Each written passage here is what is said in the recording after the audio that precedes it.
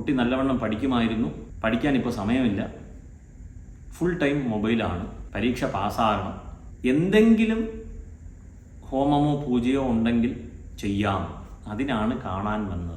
Full time മൊബൈലാണ്. അപ്പോൾ ഉദ്യമം എന്നുള്ളത് പോയി കഴിഞ്ഞു. അതായത് ഉദ്യമം, സാഹസം, ധൈര്യം, ബുദ്ധി, ശക്തി, പരാക്രമവും ഷഠേതേ എത്ര വർത്തന്തേ ദൈവം തത്ര പ്രകാശയേത്.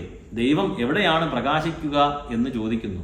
ഉദ്യമം, സാഹസം, ധൈര്യം, ബുദ്ധിശക്തി, പരാക്രമവും ഷഠേതേ എത്ര വർത്തന്തേ. എവിടെയാണോ ഈ 6 കാര്യങ്ങളുള്ളത് അവിടെയാണ് ദൈവം പ്രകാശിക്കുന്നതെന്ന് പറഞ്ഞു. ഇപ്പോൾ ഉദ്യമം ഏവർക്കും അറിയാം. സാഹസം എന്ന് പറയുന്നത് സാഹസികമായിട്ടുള്ള പ്രവൃത്തി എന്ന് ഇതിനെ കരുതരുത്. ആ ഉദ്യമത്തെ നമ്മുടെ ആ സാഹസികമായി എടുത്ത് അതിനെ ലക്ഷ്യപ്രാപ്തികരിക്കുവാനുള്ള സാഹസത്തെയാണ് ഉദ്ദേശിച്ചത്. ലക്ഷ്യം ഇദ്ദേഹത്തിന് വിദ്യ പ്രാപ്തി ഉണ്ടാകണം എന്നുള്ളതാണ്. എന്ത് ഹോമം ചെയ്യണം, എന്ത് പൂജ ചെയ്യണം.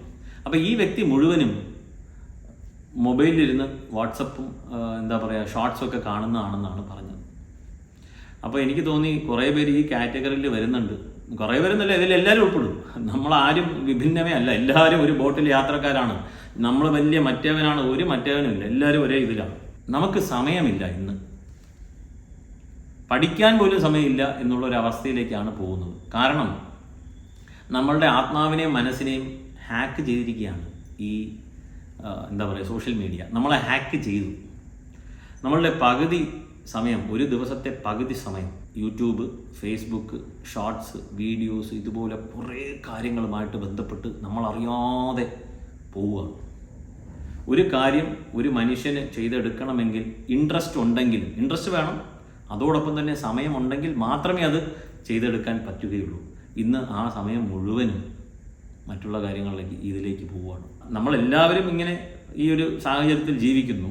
കഴിഞ്ഞ ഒരു 5 കൊല്ലം നിങ്ങളെപ്പറ്റി നിങ്ങൾക്കൊന്ന് എഴുതാമോ ഒരാളെടുത്ത് ചോദിച്ചു കഴിഞ്ഞാൽ അതിൽ അവർ കണ്ടിട്ടുകൂടി ഇല്ലാത്ത ഒരു 5000 ഫ്രണ്ട്സിൻ്റെ പേരും കുറേ അതിനോടനുബന്ധിച്ചിട്ടുള്ള കഥകളുമായിരിക്കും ഉണ്ടാകുക, കാര്യങ്ങളുമായിരിക്കും ഉണ്ടാകുക. അതിൽ എഴുതുന്ന ആളുണ്ടാവില്ല. അതായത് ഞാൻ കഴിഞ്ഞ 5 കൊല്ലത്തിൽ കാര്യങ്ങൾ എടുത്താൽ ഞാൻ ഒരിക്കലും കണ്ടിട്ട് കൂടിയില്ലാത്ത ഒരു 5000 ഫ്രണ്ട്സ്, ഇല്ലെങ്കിൽ ഇത്ര വീഡിയോ, ഇതിൻ്റെ ഇൻഫർമേഷൻ, ആ ഇൻഫർമേഷൻ എന്നൊക്കെ പറഞ്ഞ് കുറേ എഴുതി തകർക്കും. അതിൽ ഞാൻ എന്ന കഥാപാത്രം ഉണ്ടാവില്ല. കാരണം എനിക്ക് എന്നെപ്പറ്റി ചിന്തിക്കാനുള്ള സമയമില്ല, ഞാൻ തന്നെ അറിയുന്നില്ല. ഓരോ ദിവസവും കടന്നു പോവുകയാണ്. പക്ഷേ ഈ മൊബൈലിൽ നിന്ന് കൈയെടുക്കാൻ പറ്റാത്ത അവസ്ഥയാണ്. ശീലമായി. ഇനിയിപ്പോൾ ഒരു ന്യായീകരണം ചെയ്തിട്ട് കാര്യമില്ല. ഇനിയിപ്പോൾ നമ്മൾ എങ്ങനെയെങ്കിലും ഇതിൽ നിന്ന് പുറത്ത് ചാടിയേ പറ്റൂ, വേറെ ഓപ്ഷനില്ല. അപ്പം ഇങ്ങനെ ഇരിക്കുന്ന ഒരു സമയത്ത് ഒരു ഗണപതി ഹോമമോ, ഒരു സുദർശന ഹോമമോ, ഒരു മൃത്യുഞ്ജയ ഹോമമോ ഒക്കെ കഴിച്ചു കഴിഞ്ഞാൽ ഈ ഹാബിറ്റ് പോവോ? സംശയമാണ്. ഇതെങ്ങനെ ചെയ്യുക? ഇത് അവനവൻ തീരുമാനിച്ച് ഒരു ഹാബിറ്റ് കൊണ്ടുവന്ന് ഈ ഒരു കാര്യം പ്രവണത മാറ്റിയെടുത്തേ പറ്റൂ. ഇന്ന് ടോയ്ലറ്റിൽ വരേക്കും മൊബൈൽ എടുത്തുകൊണ്ട് പോവുകയാണ് ആൾക്കാർ. അപ്പോഴും നമുക്ക് മൊബൈൽ വേണം. എന്തുകൊണ്ട്? Western system of toilet, western സ്റ്റൈലിലുള്ള ടോയ്ലറ്റാണ്. ഇന്ത്യൻ അവിടെയും ജയിച്ചു. ഇന്ത്യൻ ഇനിയിപ്പോൾ അവൻ ഇത് കണ്ടിരിക്കുമോ അറിയില്ല. ഇതും ചിന്തിച്ചിട്ടാണോ അങ്ങനെ ഇന്ത്യൻ സ്റ്റൈലിലുള്ള ക്ലോസറ്റൊക്കെ നോക്കിക്കഴിഞ്ഞാൽ അവിടെ ഇരുന്ന് മൊബൈൽ കുത്താൻ പറ്റില്ല. അപ്പോൾ ഇന്ത്യൻ സിസ്റ്റം ടോയ്ലറ്റ് വയ്ക്കലാണ് ഇനി അതിനകത്ത് മൊബൈൽ കൊണ്ടുപോകാതിരിക്കാനുള്ള അടുത്ത വഴി. ഇങ്ങനെ കുറേ വഴികൾ നമ്മൾ തന്നെ കണ്ടുപിടിക്കേണ്ടിയിരിക്കുന്നു.